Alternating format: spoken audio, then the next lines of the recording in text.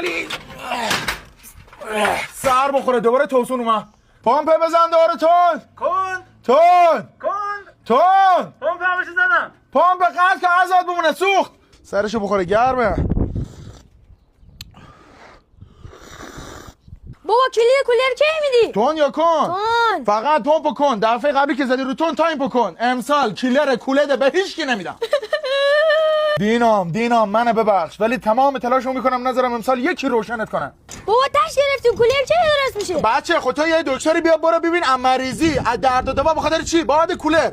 من خب به خاطر موتور خدا آتمنیش نمیگم. به خاطر برق خدا آتمنیش نمیگم. به خاطر تصمیم تایمش نمیگم. بابا غلط کردیم خونه‌شون شد. آی قربون بابام برم. بابا هرمز اومده برای شناورش. سر بخوره چرا نمیداره یه خدا برش.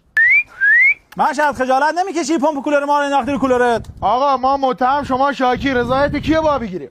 هرمز خیلی حالم بده همش میریزم تو خودم. بعد نباشه چطور شده؟ بچه در اومده میگه گرمه خب من سرمومه چیزی میگم. عیب نداره بیا رضایت بده مامانش هم ناراحته. هرمز احترامت به جا همسایه ولی گوخورش به کسی نومده. صحیح. RNB روشن نکن بابا سگ.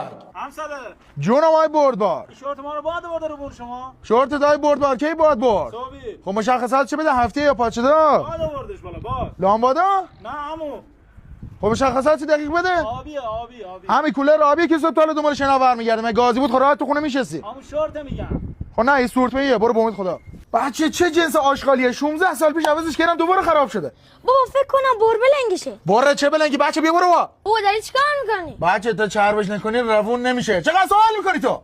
بابا کارتت بده میخوام برم پوشک کولر بگیرم. بچه کارت کجا بوده؟ پشت خونه کایونجا هم با منگنه برده بی بالا مینا. بجا. سرشو بخوره هر چی آدم زمستون سرد بود توسون گرم. احد زن قهر کرده داره میره. تنها کسی که با هم سرد برخورد کنه بابستش میشم کولره. بگو برو درام ببن. خب کولرم درست شد. بریم برای کندن کلید پریز. سلام یالا اراده. امونتی کولری که پارسال دادی به ما. یه امونت داری یعنی ناموس داری نتانه داری یعنی ناموس نداری.